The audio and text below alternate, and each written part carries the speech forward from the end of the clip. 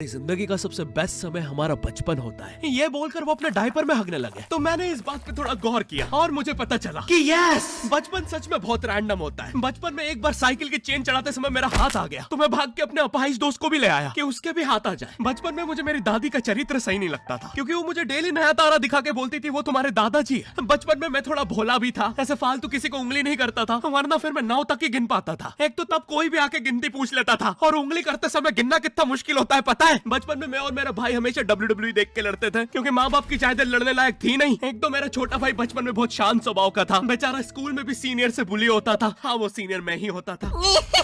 एक बार मुझसे बोलता भैया डॉक्टर बनना मेरा सपना है, तो मैंने उसे नीट की बुक्स ला दी तो अब वो उसका पूरा सपना बन गया। अब वो डॉक्टर गेम में भी बीमारी बनता है और बवासीर पीछे होती है। चिंटू बुक्स नहीं पढ़ रहा है तू? एक बार बेचारा बिस्तर पे गिर के रोने लग गया तो सब बोलने लग गए कुछ नहीं हुआ, चींटी मर गई, चींटी मर गई। मैं यहाँ सोच रहा हूँ फिर अभी तक हम चींटियों वाले बिस्तर पे क्यों सो रहे थे? हाँ, घर में सबकी पीठ पे ददोड़े हो रखे हैं। हाँ, ये नहीं गिरता तो हमें तो पता ही नहीं चलता बिस्तर पे चींटियां हैं। हम तो सोए जा रहे हैं चींटियों वाले बिस्तर पे। और स्कूल में जब भी ये छोटे भाई पैंट में हक देते हैं तो बड़े भाई को क्यों बुलाया जाता है? पता है कितनी घनघोर बेइज्जती होती है पूरी क्लास के सामने, और बुलाते भी इतने सस्पेंस है, वो देख के बड़े भाई का हगना निकल जाता है। ऐसे 2 छोटे बच्चे स्लो मोशन में भाग के आ रहे हैं। हाँ, वो उनकी नॉर्मल स्पीड है। मैं देखता हूँ मेरे भाई को क्राइम सीन से 2 पियून पकड़ के ले जा रहे हैं। उसे ब्राउन रंगे हाथों पकड़ लिया गया। मेरे भाई ने मुझसे जाते जाते कहा मुझे फंसाया जा रहा है। मुझे पता था इस लेंडे के पीछे की कहानी इतनी सिंपल नहीं हो सकती। कड़ी तहकीकात के बाद मुझे पता चला इस लेंडे के पीछे बड़े बड़े पॉलिटिशियंस, गैंग लीडर्स और माफिया इन्वॉल्व है। मेरा भाई सही कह रहा था, ये उसका लेंडा नहीं है। हैंड्स अप पीटी टीचर, तो वो लेंडा तुम्हारा था। तो तुम्हें पता चली गया, तुम मुझे कभी नहीं पकड़ सकते। रुको, भाग गया। जाने दो उसे बेटा, हमने पीटी टीचर के बड़े भाई को बुला लिया है वो लेंडा उठाने।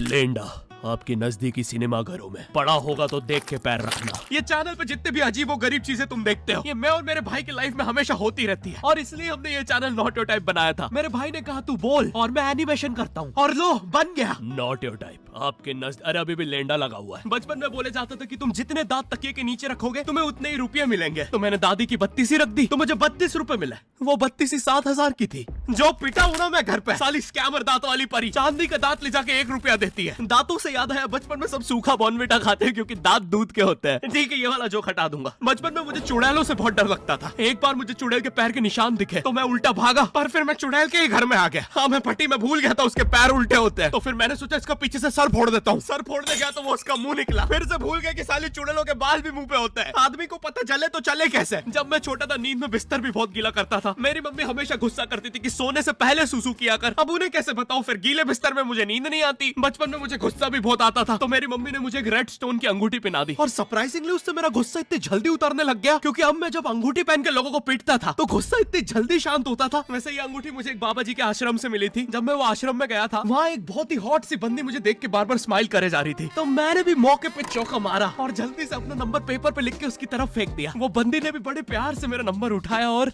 खा लिया। अरे भाई, उसको भूत लगे, वो तब से सबको स्माइल दे रही है। हम भी सुबह से नंबर फेंक रहे हैं, अभी तक 2 किलो पेपर खा गई है। हाँ, अब तुम्हें भी ऐसे रैंडम भूतों या स्ट्रेंजर्स पास नंबर ना फेंकना पड़े प्यार के लिए, इसलिए आओ हैपन पे चले। यहाँ तुम्हें मिलते हैं तुम्हारे कॉमन इंटरेस्ट के लोग। मुझे बॉर्नविटा बहुत पसंद है। मुझे भी रोहित। आओ मन बुद्धि हैंडशेक करते हैं। हैपन पे मिलती है आपको उन लोगों की प्रोफाइल्स जिनके साथ आप पाथ क्रॉस करते हैं। यहाँ तुम अपने एरिया के लोगों की प्रोफाइल्स भी देख सकते हो। यही नहीं, जो लोग तुम्हारे फेवरेट स्पॉट पे जा चुके हैं यहाँ तुम्हें उनकी प्रोफाइल्स भी मिलती है। तो अभी जाकर अपना नेक्स्ट क्रश स्पॉट करो अपने ही मन पसंदीदा स्पॉट पे। तो अभी जाके डाउनलोड करो, लिंक डिस्क्रिप्शन में। Thank you happen.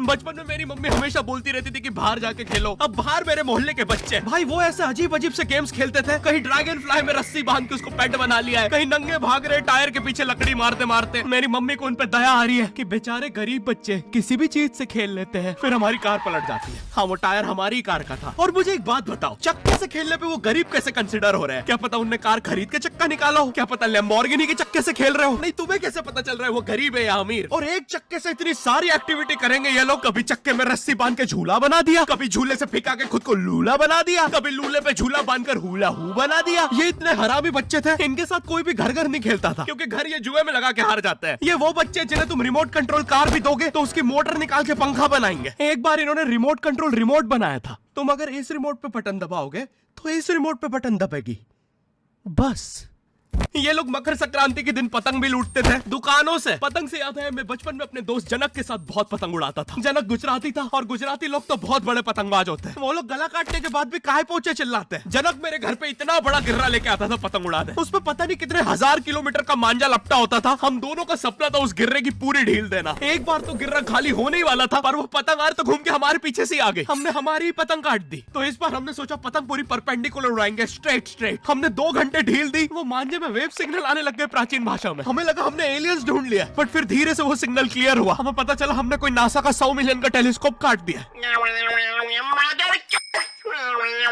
पतंग नीचे ले, टेलीस्कोप काट दिया। नासा का टेलीस्कोप जैसे ही नीचे गिरा, बच्चों से पहले विसरो ने लूट लिया। बहुत वियर्ड था, इतने सारे बुड्ढे छत कूद के भाग रहे थे। एक तो जनक